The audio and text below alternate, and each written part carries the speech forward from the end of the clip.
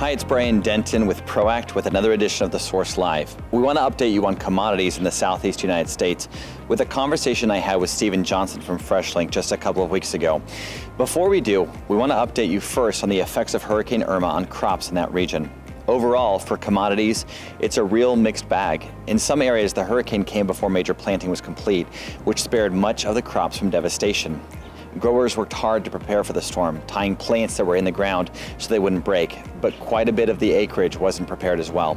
Overall, we're estimating that vegetable crops from squashes to cucumbers to bell peppers and greens will be delayed. Some won't be online until early December, and overall yield will be affected and reduced 30 to 35%. Citrus is a disaster.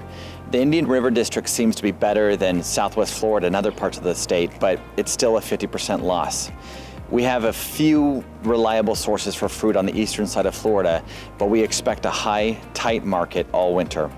All told, for a storm that at one point was the strongest hurricane ever recorded in the Atlantic and was moving as a Category 5 storm towards Florida, things could have been much, much worse for the farming community. We want to pick up now my conversations with FreshLink to discuss a further outlook on Southeast crops. So give our viewers an understanding of when the Eastern Veg Deal kind of comes online. Is it kind of symbiotic with the rest of the United States? How does that work?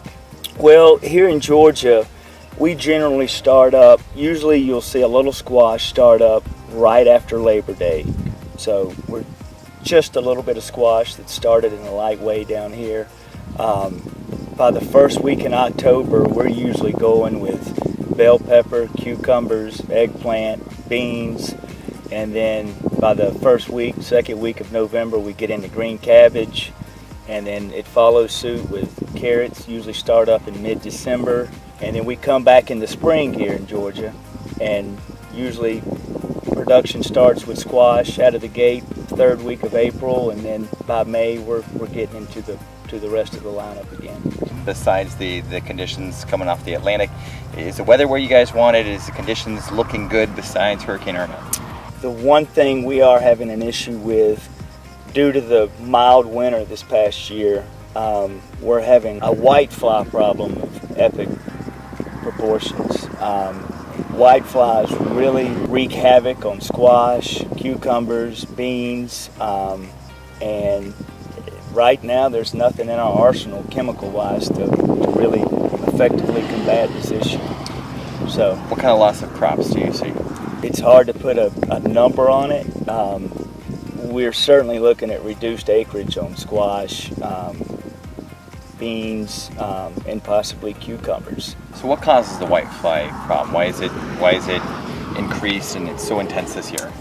That's a good question. You know, a lot of these pests and whatnot, it's almost like they develop a resistance to some of the chemicals at our disposal over a period of time. And to this point, we just hadn't been able to stay ahead of that issue. This is something that over the last 10 years has gotten worse and worse every year.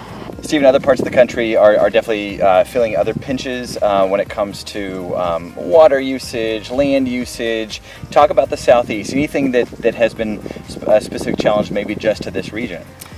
Without getting into too much details, even though we have vast more resources compared to the West as far as water is concerned, there's an ongoing battle between Georgia, Alabama, and Florida for the rights of the aquifer that we sit on top of. Stephen, I appreciate you joining us today. I appreciate FreshLink as a partner. Thank you. Delays in agriculture yields pale in comparison to the loss of life, homes, and business that many communities experienced. With hurricanes Harvey, Irma, Jose, and Maria wreaking havoc all across the Caribbean region, including Puerto Rico, Mexico, Houston, and the Southeast United States, please donate what you can to relief efforts through the Red Cross and other reputable organizations.